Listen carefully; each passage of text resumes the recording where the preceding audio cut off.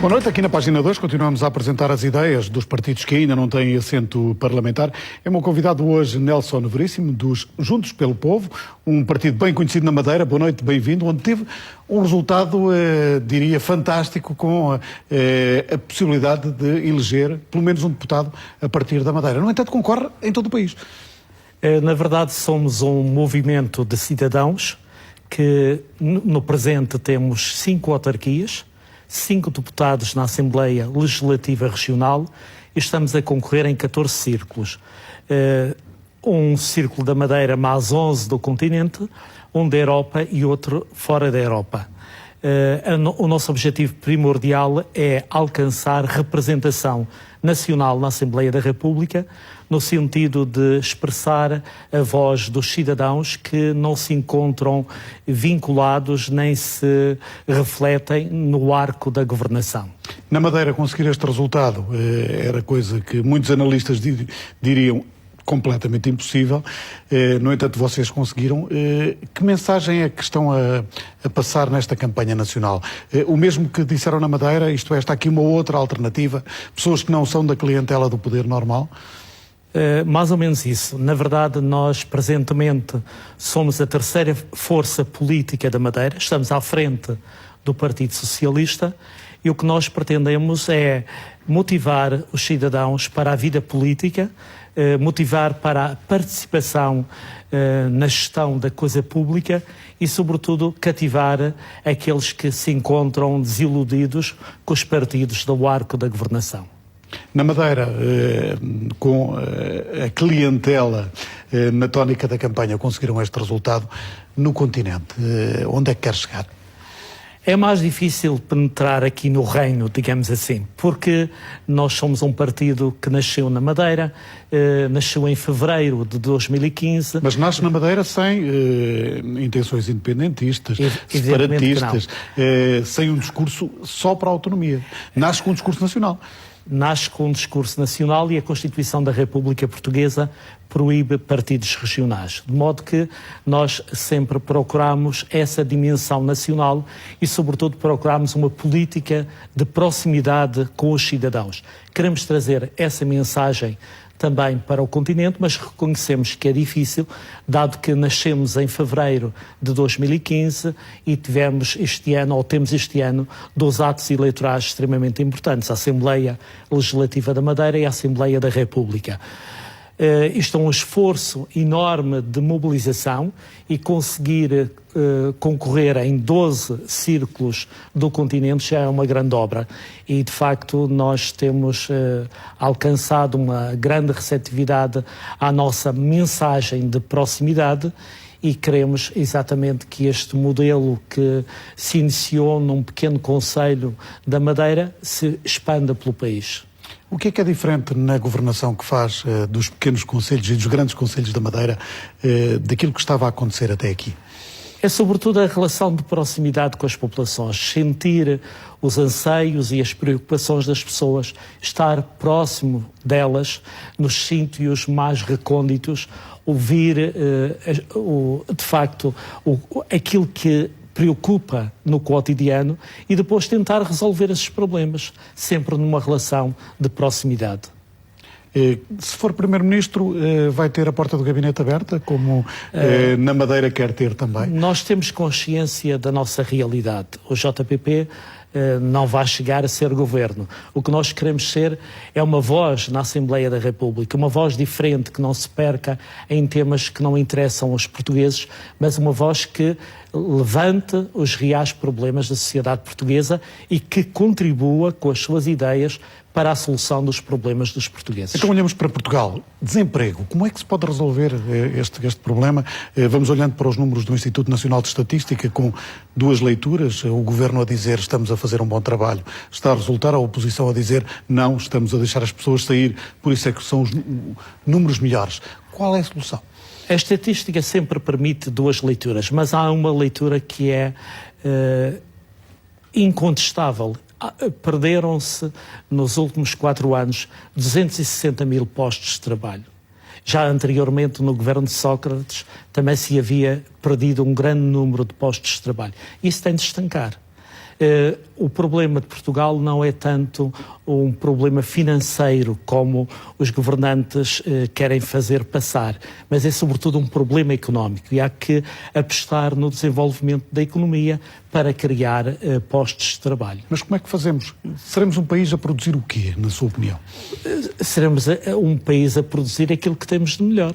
Mesmo as pequenas coisas que se podem produzir podem captar mão de obra.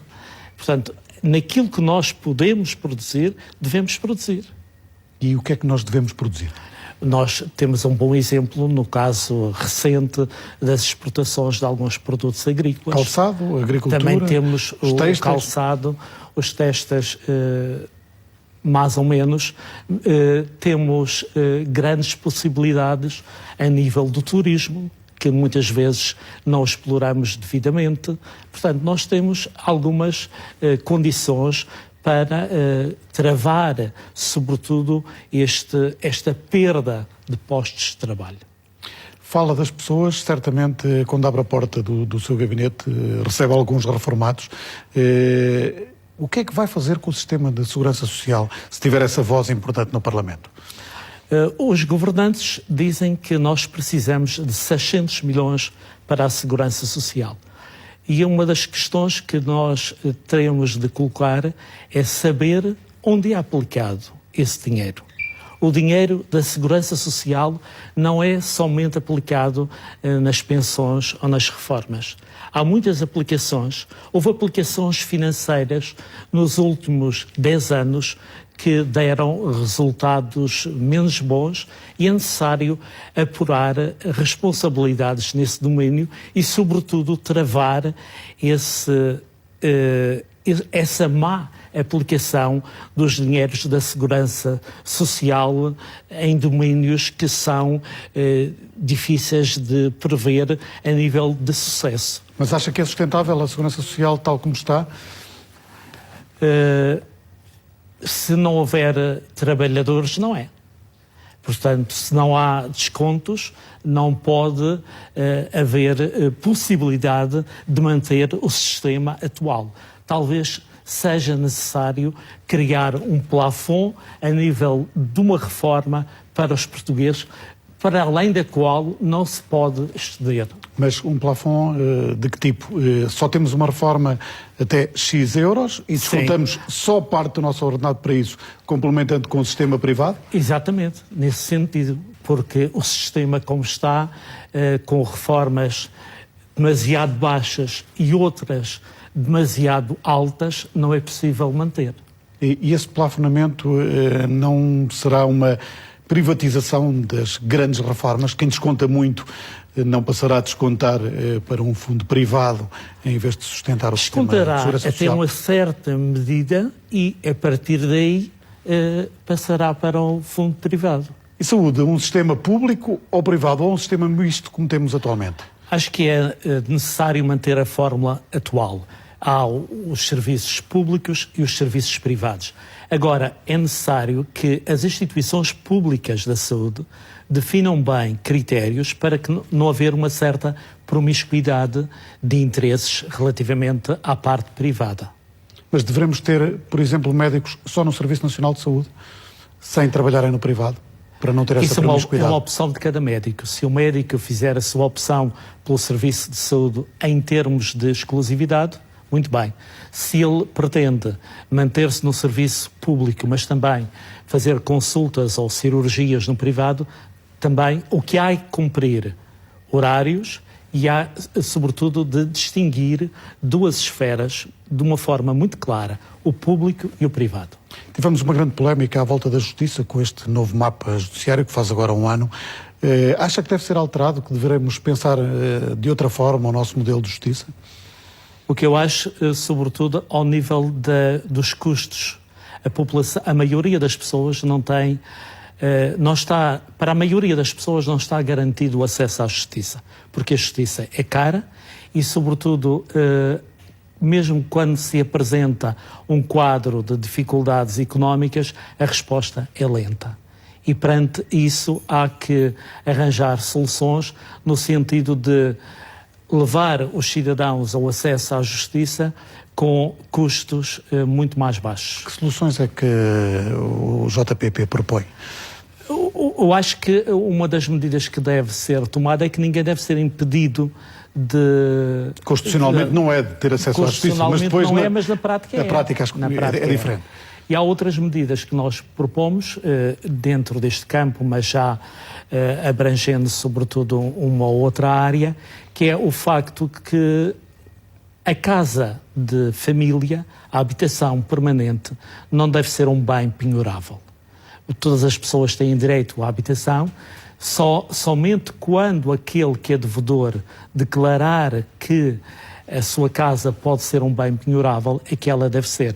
É exemplo de alguns países, por exemplo o Brasil, onde a casa de habitação não é um bem penhorável, porque de facto muitas vezes por pequenas importâncias as famílias vêm-se desprovidas de um bem que é essencial, um teto para a sua sobrevivência. No fundo quer uma justiça que proteja também os cidadãos, Exatamente. Não o julgue só no caso deles não pagarem uma dívida. Exato. A dívida privada das famílias portuguesas é um grande problema. Olhamos sempre para a dívida dos bancos, para a dívida dos Estados. Como é que podemos resolver este problema de tantas famílias que não conseguem no fim do mês pagar as contas? Houve uma situação anterior que foi um certo facilitismo por parte das instituições bancárias que incentivaram o consumo desregrado e muitas pessoas acabaram por ser vítimas desse próprio sistema. Contudo, devem ser dadas às famílias possibilidades de, através de uma forma mais suave de pagamento, até de uma negociação dos juros, de satisfazerem os seus compromissos. Mas, relativamente à sua habitação, acho que a habitação não deve ser um bem penhorável. Já me falou aqui de algumas das bandeiras da vossa campanha, do JPP, uma política de proximidade, uma política fiscal que seja mais amiga das famílias e mais. Por exemplo, relativamente à saúde, nós defendemos que a saúde oral deve fazer parte dos centros de saúde. Também defendemos que, por prescrição médica, deve ser definitivamente implantado em Portugal o sistema da unidose. Relativamente ao IMI, também defendemos condições especiais para os casais desempregados, para os pensionistas mais carenciados e também para as famílias que não têm recursos para pagar um IMI tão elevado. Eu sei que há benefícios fiscais já consagrados na lei a partir de um determinado plafond, mas nós queremos subir esse plafond para os 100 mil euros. Acha que esses incentivos e outros incentivos vão convencer os portugueses a curto prazo a terem mais filhos? Ou temos que pensar, nomeadamente, a nossa política de imigração para inverter este envelhecimento do país? Temos de conjugar os dois vetores. Incentivar uma política de apoio à natalidade e, ao mesmo tempo, ter uma aceitação mais generosa relativamente... Faço esta pergunta por causa do tema do dia. Relativamente aos imigrantes. Os municípios estão-se a mobilizar para receber os sírios e todos os outros que procuram agora a Europa neste momento de grande desespero. Pode ser uma oportunidade para rejuvenescer parte do nosso país e parte desta Europa. É um vetor para a solução, não será integralmente. Nós, no nosso programa, por exemplo, colocamos algumas questões relativamente à natalidade e uma das medidas imediatas que gostaríamos de ver implantada era a isenção do IVA nos leites infantis e também a redução de 50% no IVA nas fraldas. É um pequeno contributo da parte do Estado para as famílias portuguesas viverem um pouco mais desafogadamente, sobretudo aqueles que são pais jovens e têm muitos encargos à sua responsabilidade. Nelson, foi um prazer tê-lo aqui na página 2, as propostas do movimento Juntos pelo Povo, Juntos a partir da Madeira, com dimensão nacional e as propostas que acabou de ouvir aqui na RTP. Voltamos na próxima segunda-feira com mais propostas. Será a minha convidada Joana Amaral Dias do Agir. Passe uma boa noite.